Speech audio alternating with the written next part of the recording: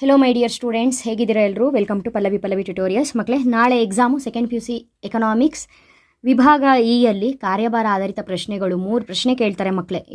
Any cost ನಿಮಗೆ 10 ಅಂಕ ಬರಲೇಬೇಕು. ಆ ಕಾರಣಕ್ಕಾಗಿ ಈ ಎಲ್ಲ ಇಂಪಾರ್ಟೆಂಟ್ ಕ್ವಶನ್ಸ್ಗಳನ್ನ ನಾನು ಆಲ್ರೆಡಿ ಕೊಟ್ಬಿಟ್ಟಿದ್ದೀನಿ, ಫೈನಲ್ ಮೂಮೆಂಟು. ಸೊ ನಿಮಗೆ ಈ 10 ಮಾರ್ಕ್ಸ್ ಯಾವುದೇ ಕಾರಣಕ್ಕೂ ನಿಮಗೆ ಮಿಸ್ ಆಗಬಾರ್ದು ಅನ್ನೋ ಕಾರಣಕ್ಕೆ ಒಂದು ಸಲ ಇದು ರಿಪೀಟೆಡು ಅಷ್ಟೇ, ಮತ್ತು ಇನ್ನೇನಿಲ್ಲ. ಸಾಕಷ್ಟು ಬಾರಿ ನಾನು ಅಪ್ಲೋಡ್ ಮಾಡಿದ್ದೀನಿ ವೀಡಿಯೋಸ್ಗಳನ್ನ. ಒಂದು ಸಲ ರಿಪೀಟೆಡು ಇನ್ನೂ ಈಸಿಯಾಗಿ ಯಾವ ರೀತಿಯಾಗಿ ಹೇಳ್ಕೊಡ್ಬಹುದು ಅನ್ನೋದಕ್ಕೊಂದು ಐಡಿಯಾ ಬರುತ್ತೇನೋ ಅಂತ. ಯಾಕಂದರೆ ತುಂಬ ಸಲ ನಿಮಗೆ ಆದಷ್ಟು ಈಸಿ ಮೆಥಡೇ ಹೆಲ್ಪ್ ಆಗುತ್ತೆ, ನೆನಪಿರಬೇಕು. ಯಾಕಂದರೆ ನಮಗೆ ಈಗ ಹೇಳ್ಬಿಡೋ ಸುಲಭ, ಇದನ್ನು ಓದ್ಕೊಳ್ಳಿ ಆ್ಯಸ್ ಎ ಲೆಕ್ಚರರ್ ಆಗಿ ನಮಗೆಲ್ಲ ಗೊತ್ತು ಅಂತ ನಾವು ಹೇಳ್ಬಿಡ್ತೀವಿ. ನೋಡಿದ್ರೆ ಎಲ್ಲವನ್ನ ನಿಮ್ಮ ಥರ ನಾವೇ ಕುತ್ಕೊಂಡು ಓದುವಾಗ ಒಂದು ಕಲ್ತ್ರೆ ಇನ್ನೊಂದು ಮರ್ತೋಗುತ್ತೆ, ಅದು ನನಗೂ ಅರ್ಥ ಆಗುತ್ತೆ. ಹಾಗಾಗಿ ಇವಾಗ ನಾನೇನು ಮಾಡಿದ್ದೀನಿ ಅಂತ ಹೇಳಿದ್ರೆ, ಟೋಟಲ್ ಆಗಿ ಕಾರ್ಯಭಾರ ಆಧಾರಿತ ಪ್ರಶ್ನೆಗಳಲ್ಲಿ ನೀವು ಎಷ್ಟು ಪ್ರಶ್ನೆ ಓದ್ಕೊಳ್ಬೇಕು ಅಂತ ಹೇಳಿದ್ರೆ 5 ಪ್ರಶ್ನೆ ಖಂಡಿತ ಓದ್ಕೊಳ್ಳೇಬೇಕು. ಯಾಕಂತ ಹೇಳಿದ್ರೆ ಯಾವುದೋ 1, 2 ನೋಡ್ಕೊಂಡು ಹೋಗ್ತೀನಿ ಇದು ಪಕ್ಕ ಬರುತ್ತೆ, ಬೇಡ ಆಯಿತಾ. ನೀವು 5 ಪ್ರಶ್ನೆಗೆ ರೆಡಿಯಾಗಿ ಮಕ್ಕಳೇ. 5 ಪ್ರಶ್ನೆನಾ ಅಲ್ಲ, 5 ಪ್ರಶ್ನೆನೂ ಈಸಿನೇ. ಮೊದಲನೇ ವಿಡಿಯೋದಲ್ಲಿ ಎಷ್ಟು ಈಸಿ ಅಂದರೆ ಅವ್ರು ಕ್ವಶನಲ್ಲಿ ಏನು ಕೊಟ್ಟಿರ್ತಾರೋ ಅದೇ ಆನ್ಸರು ಮಕ್ಕಳೇ, ಅಷ್ಟು ಈಸಿಯಾಗಿ ಹೇಳ್ಕೊಟ್ಟಿದ್ದೀನಿ. ಒಟ್ಟು ಆದಾಯ, ಸೀಮಾಂತ ಆದಾಯ, ಸರಾಸರಿ ಆದಾಯವನ್ನು ಕಂಡುಹಿಡಬೇಕಾದ್ರೆ ನೀವು ಇಲ್ಲಿ ಆನ್ಸರ್ ಕಾಲಮ್ ನೋಡಿ, ಎಲ್ಲದರಲ್ಲೂ 50 ಇದೆ ಅಂತ ಹೇಳಿದ್ರೆ ಇದು ಏನು ಮೆಥಡ್, ಇದೇನು ಟೆಕ್ನಿಕ್ಕು ಅಂತ ಹೇಳ್ಕೊಂಡು ಒಂದು ಸಲ ಆ ವಿಡಿಯೋನ ವಾಚ್ ಮಾಡಿ. 5 ಮಾರ್ಕ್ಸ್ ಗ್ಯಾರಂಟಿ ಸಿಗುತ್ತೆ. ಹಾಗಾದರೆ ಈ ವಿಡಿಯೋದಲ್ಲಿ ಮೋಸ್ಟ್ ಎಕ್ಸ್ಪೆಕ್ಟೆಡ್ ಕ್ವಶನ್ನು, ಹಾಗಂತ ಬಂದೇ ಬರುತ್ತೆ ಅಂತಲೂ ಹೇಳೋಕ್ಕಾಗಲ್ಲ, ಬಟ್ ಮೋಸ್ಟ್ ಅಂದರೆ ಮೋಸ್ಟ್ ಎಕ್ಸ್ಪೆಕ್ಟೆಡ್ ಕ್ವಶನು. ಅದಕ್ಕೆ ನಾನು ಹೇಳಿದ್ದು 5 ಕ್ವಶನ್ ನಾನು ಕೊಡ್ತೀನಿ, 5ರಲ್ಲಿ 3 ಪಕ್ಕ ಬರುತ್ತೆ ಅಂತ. ಇಲ್ಲಿ ಒಬ್ಬ ಅನುಭೋಗಿಯು 2 ಸರಕುಗಳನ್ನು ಅನುಭೋಗಿಸಲು ಬಯಸುತ್ತಾಳೆ. ಒಬ್ಬ ಅನುಭೋಗಿ ಇಲ್ಲಿದ್ದಾಳೆ, ಅವಳಿಗೆ 2 ಸರಕು ಬೇಕಾಗಿದೆ, 2 ಸರಕುಗಳನ್ನು ಅನುಭೋಗಿಸಲು ಬಯಸುತ್ತಾಳೆ. ಆ 2 ಸರಕು ಯಾವುದು ಅಂತ ಹೇಳಿದ್ರೆ, ಒಂದು ಸರಕು X1 ಅಂತೆ. ಒಂದು ಸರಕು ಯಾವುದು? X1. ಇನ್ನೊಂದು ನೋಡಿ X1, ಇನ್ನೊಂದು ಯಾವುದು? X2. ಇಲ್ಲಿ ಬಾಳೆಹಣ್ಣು ಮಾವಿನ ಹಣ್ಣು ಅಂತ ಕೊಟ್ಟಿಲ್ಲ, X1 X2 ಅಂತ ಕೊಟ್ಟಿದ್ದಾರೆ. ಓಕೆನಾ? X1 ಅಂತೆ, ಇನ್ನೊಂದು X2 ಅಂತೆ. X1 ಸರಕಿನ ಬೆಲೆ ಎಷ್ಟು? 10 ರೂಪಾಯಿ. X1 ಸರಕಿನ ಬೆಲೆ 10 ರೂಪಾಯಿ ಮತ್ತು X2 ಸರಕಿನ ಬೆಲೆ ಎಷ್ಟು? 20 ರೂಪಾಯಿ. ಇಷ್ಟೇ ಸಿಂಪಲ್ಲು, 20 ರೂಪಾಯಿ. ಹಾಗಾದರೆ ಈ 2 ಇನ್ಫಾರ್ಮೇಷನ್ನ ಇಟ್ಕೊಂಡು ನಾವೇನು ಲೆಕ್ಕ ಮಾಡ್ಬೋದು?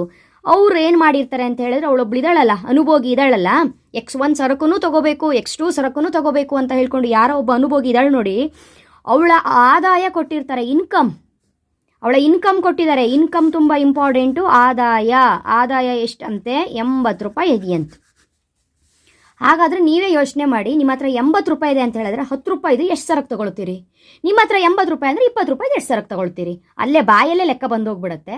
ಆದರೆ ನಾವು ಒಂದು ರೂಲ್ಸ್ ಪ್ರಕಾರ ಮಾಡಬೇಕು, ಕಾರಣ 5 ಮಾರ್ಕ್ಸ್ ಸುಮ್ಮನೆ ಕೊಡಲ್ಲ ಅವರು ಅಲ್ವಾ. ಹಾಗಾಗಿ ಇಷ್ಟು ಇನ್ಫಾರ್ಮೇಷನ್ನ ಇಟ್ಕೊಂಡು ನಾವು ಕ್ವಶನ್ ಏನು ಕೊಟ್ಟಿದ್ದಾರೆ ಅಂತ ನೋಡ್ತಾ ಹೋದ್ರಾಯ್ತು. Question A. ಓಕೆನಾ? ಅನುಭೋಗಿಯು ತನ್ನ ಸಂಪೂರ್ಣ ಆದಾಯವನ್ನು ಖರ್ಚು ಮಾಡಿ ಎಷ್ಟು ಪ್ರಮಾಣದ X1 ಸರಕನ್ನು ಅನುಭೋಗಿಸಬಹುದು? 80 ರೂಪಾಯಿನ ಖರ್ಚು ಮಾಡಿ, ಕರೆಕ್ಟಾಗಿ ಕೇಳಿಸ್ಕೊಳ್ಳಿ. ಈಗ ಎಗೆ ಉತ್ತರ ಆಯಿತಾ? ಎಷ್ಟನ್ನು ಖರ್ಚು ಮಾಡಿ? ಪೂರ್ಣ ಆದಾಯವನ್ನು ಅಂದರೆ 80 ರೂಪಾಯಿಯನ್ನು ಖರ್ಚು ಮಾಡಿ ಎಷ್ಟು X1 ಸರಕನ್ನು ಕೊಂಡ್ಕೊಳ್ಬಹುದು ಅಂತ ಹೇಳಿದ್ರೆ, 80 X1 ಸರಕಿನ ಬೆಲೆ ಎಷ್ಟು? 10. ಅಲ್ಲಿಗೆ ಎಷ್ಟಾಗತ್ತೆ? 10 1 10 8 ಸರಕು. ಎಷ್ಟು? 8 ಸರಕನ್ನು ಅನುಭೋಗಿಸಬಹುದು. ಕರೆಕ್ಟಾ? ನಾವಿಲ್ಲೇನು ಮಾಡೋಣ, ಅದನ್ನೇ ಬರೋದ್ರಾಯ್ತು. ಈ ಕ್ವಶನಿಗೆ ಎಗೆ ಆನ್ಸರ್ ಏನು? 80/10. ಆನ್ಸರು 8 ಸರಕು. ನೀವು 8 X1 ಸರಕು ಅಂತಲೇ ಬರೀರಿ. ಆಯಿತಾ? ಎರಡನೇ ಪ್ರಶ್ನೆ. ಅನುಭೋಗಿಯು ತನ್ನ ಸಂಪೂರ್ಣ ಆದಾಯವನ್ನು ಖರ್ಚು ಮಾಡಿ ಎಷ್ಟು ಪ್ರಮಾಣದ X2 ಸರಕನ್ನು ಸಂಪೂರ್ಣ ಆದಾಯವನ್ನು ಖರ್ಚು ಮಾಡಿ ಎಷ್ಟು X2 ಸರಕನ್ನು ಕೊಂಡುಕೊಳ್ಬಹುದು? ಈಗ ಬನ್ನಿ, ಬಿ. ಸಂಪೂರ್ಣ ಆದಾಯ ಎಷ್ಟು? 80. X2 ಸರಕು ಎಷ್ಟು? 20. ನೋಡಿ, 0 ಹೋಯಿತು. 2 1 2 4. ಕರೆಕ್ಟಾ? ಅಲ್ಲಿಗೆ ಎಷ್ಟು ಸರಕನ್ನು ಕೊಂಡ್ಕೊಳ್ಬಹುದು?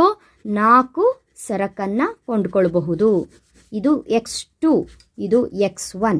ನಾವಿಲ್ಲಿ ಉತ್ತರವನ್ನು ಬರೆಯುವಾಗ ಯಾವ ರೀತಿಯಾಗಿ ಬರೀಬೇಕು? 80/20. ಅಲ್ಲಿಗೆ ಉಳಿಯೋದೆಷ್ಟು? 4 X2 ಸರಕು. ಅಷ್ಟೇ, ಮುಗೀತು. ಇಲ್ಲಿ ಲೆಕ್ಕ ಮುಗಿದೋಯ್ತು. ಉಳಿದಿರೋ 3 ಪ್ರಶ್ನೆಗೆ ನೀವು ಅದೇನು ತಿಳ್ಕೊಂಡು ಹೋಗಿರ್ತೀರಿ ಅಷ್ಟೇ ಆನ್ಸರ್. ಏನು ಕಲ್ತ್ಕೊಂಡು ನೆನ್ಪಿಟ್ಕೊಳ್ತೀರಿ, ಸ್ವಲ್ಪಾರು ನೆನ್ಪಿಟ್ಕೊಳ್ಳೋ ಅಂತ ನಿಮಗೆ ವಿಚಾರ ಇದ್ದರೆ ಅಲ್ಲೇನಾದ್ರು ನೀವು ನೆನ್ಪಿಟ್ಕೊಂಡಿದ್ದೆ ಆದರೆ ಇನ್ನು 3 ಮಾರ್ಕ್ಸು ಗ್ಯಾರಂಟಿ ಬರುತ್ತೆ. ಇಲ್ಲಿ ಇದು 2 ಮಾತ್ರ ಲೆಕ್ಕ. ಯಾಕೆ ಇದು 2 ಲೆಕ್ಕ ಕರೆಕ್ಟಾಗಿ ಕಲ್ತ್ಕೋಬೇಕು ಅಂತ ಹೇಳಿದ್ರೆ, ಆದಾಯ ಒಂದೇ ಥರ ಇರಲ್ಲ. 40 ರೂಪಾಯಿ ಇರ್ಬೋದು, 60 ರೂಪಾಯಿ ಇರ್ಬೋದು, 80 ರೂಪಾಯಿ ಇರ್ಬೋದು, 100 ರೂಪಾಯಿ ಆಗ್ಬೋದು. X1 X2 ಜಾಗದಲ್ಲಿ Y1 Y2 ಕೊಡ್ಬೋದು, Z ಕೊಡ್ಬೋದು, ಅಥವಾ ಬಾಳೆಹಣ್ಣು ಮಾವಿನ ಹಣ್ಣು ಕೊಡ್ಬೋದು, ಅಥವಾ ಯಾವುದಾದ್ರು ಪೆನ್ಸಿಲು ಕೊಡ್ಬೋದು, ಏನು ಬೇಕಾದ್ರೂ ಕೊಡ್ಬೋದು. ಕಾನ್ಸೆಪ್ಟನ್ನು ಅರ್ಥ ಮಾಡ್ಕೋಬೇಕು. ನನ್ನ ಹತ್ರ ಇರೋ ಆದಾಯ ಎಷ್ಟು? ಒಂದು ಸರಕಿನ ಬೆಲೆ ಎಷ್ಟು, ಎರಡನೇ ಸರಕಿನ ಬೆಲೆ ಎಷ್ಟು, ಕೊಟ್ಟಿರುವಂಥ ಆದಾಯದಲ್ಲಿ ಆ ಸರಕಿನ ಬೆಲೆಯನ್ನು ನಾವು ಏನು ಮಾಡಿದಾಗ ಭಾಗಿಸಿದಾಗ ಒಟ್ಟು ನಾವು ಎಷ್ಟು ಸರಕನ್ನು ಅನುಭವಿಸ್ಬೋದು ಅನ್ನೋದು ಬರುತ್ತೆ. ಅಷ್ಟೇ ಸಿಂಪಲ್ಲು. ಹಾಗಾದರೆ ಮುಂದಿನ ಪ್ರಶ್ನೆಗೆ ಏನು ಉತ್ತರ ಅಂತ ಹೇಳಿದ್ರೆ ಇಲ್ಲೇ ನಾನು ಬರೆದ್ಬಿಡ್ತೀನಿ, ನೀವು ಅದನ್ನೇ ಬರೆದ್ರೆ ಸಾಕು.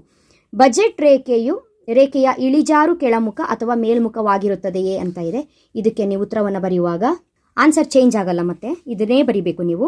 ಬಜೆಟ್ ರೇಖೆಯು ಫುಲ್ ಬೇಕಾದರೂ ಬರೀರಿ ಅಥವಾ ನೀವು ಇಷ್ಟೇ ಬರೆದ್ರೆ ಸಾಕು.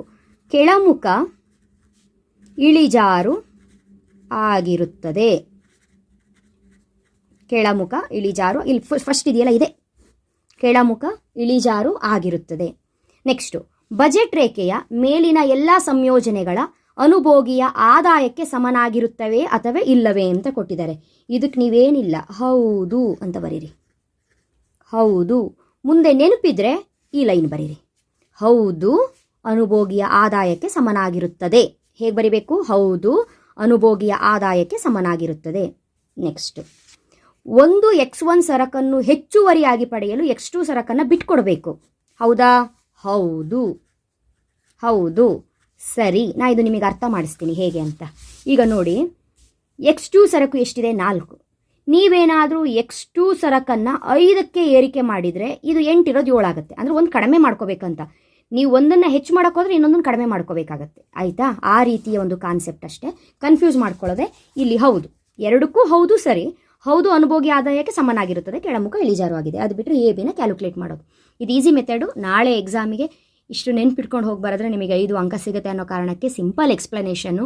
ಇದನ್ನು ಕರೆಕ್ಟಾಗಿ ಅರ್ಥ ಮಾಡಿಸಿ ಇದನ್ನು ಪ್ಯಾಟ್ರನ್ ಪ್ರಕಾರ ಹೇಳೋದಾದರೆ ಹೇಳೋ ರೀತಿ ಬೇರೆ ಇದೆ. ಬಟ್ ನಿಮ್ಮ ತಲೆವರೆಗೆ ಹೋಗಬೇಕು, ನಿಮ್ಮ ತಲೆಗೆ ಹೋಗಬೇಕು. ನಾನು ಹೇಳಿದ್ದು ನಿಮಗೆ ಅರ್ಥ ಆಗಬೇಕು, ನಿಮಗೆ 5 ಅಂಕ ಸಿಗಬೇಕು. ಅಷ್ಟು ಬಿಟ್ಟರೆ ನನ್ನ ತಲೆಯಲ್ಲಿ ಬೇರೆ ಯೋಚನೆ ಏನೂ ಇಲ್ಲ. ಹಾಗಾಗಿ ಈ ರೀತಿಯಾಗಿ ನಿಮಗೆ ಹೇಳ್ಕೊಡ್ತಾ ಇದ್ದೀನಿ. ಸೊ ಸಿಂಪಲ್ ಇದೆ ಅಂತ ಅಂದ್ಕೊಂಡಿದ್ದೀನಿ. ನೆಕ್ಸ್ಟ್ ಅಲ್ಲಿಗೆ 2 ಆಯಿತು. ಈ 2ರಲ್ಲಿ ಒಂದು ಗ್ಯಾರಂಟಿ ಹೇಳ್ಬೋದು, 2ರಲ್ಲಿ ಪಕ್ಕ ಒಂದು ಗ್ಯಾರಂಟಿ. ಇನ್ನು ನಾವು ಈ ಕಾರ್ಯಭಾರ ಆಧಾರಿತ ಪ್ರಶ್ನೆಗಳಿಗೆ ಸಂಬಂಧಪಟ್ಟಾಗ ಇನ್ನು 3 ಪ್ರಶ್ನೆ ಏನಿಲ್ಲ. ಒಂದು ಕಾಣೆಯಾದ ಉತ್ಪನ್ನ, ಇದು ತುಂಬ ಈಸಿನೇ. ನೀವೇನು ಮಾಡ್ತೀರಿ ಅಂತ ಹೇಳಿದ್ರೆ ಹೇಗಾದರೂ ಮಾಡಿ ಬರಿಬೇಕು ಅಂತ ಕಾಣೆಯಾದ ಉತ್ಪನ್ನ ಬೈಯಾರ್ಟೆಲ್ಲ ಹೊಡ್ಕೊಂಡೋಗಿ ಅಲ್ಲೊಂದು ನಂಬರ್ ಮಿಸ್ ಆಗಿ ಏನೇನೋ ಸಮಸ್ಯೆ ಆಗಿಬಿಡುತ್ತೆ. ಅದಕ್ಕಿಂತ ಕಾನ್ಸೆಪ್ಟೇ ಅರ್ಥ ಮಾಡ್ಕೊಂಡು ಹೋಗ್ಬಿಟ್ರೆ ಬೆಟರ್ ಅಲ್ವಾ? ಹಾಗಾಗಿ ಅದನ್ನ ಹೇಳ್ಕೊಡ್ತೀನಿ. TR AR MR ಹೆಂಗೆ ಹೇಳ್ಕೊಟ್ನೋ ಅದೇ ರೀತಿ ಸಿಂಪಲಾಗಿ ಹೇಳ್ಕೊಡ್ತೀನಿ. ನೆಕ್ಸ್ಟು ದೇಶದ ಕರೆನ್ಸಿ ಒಂದು ನೋಡ್ಕೊಳ್ಬೇಕು, ಒಂದು 5 ದೇಶದ ಕರೆನ್ಸಿಗಳನ್ನ ನೋಡ್ಕೊಳ್ಬೇಕು.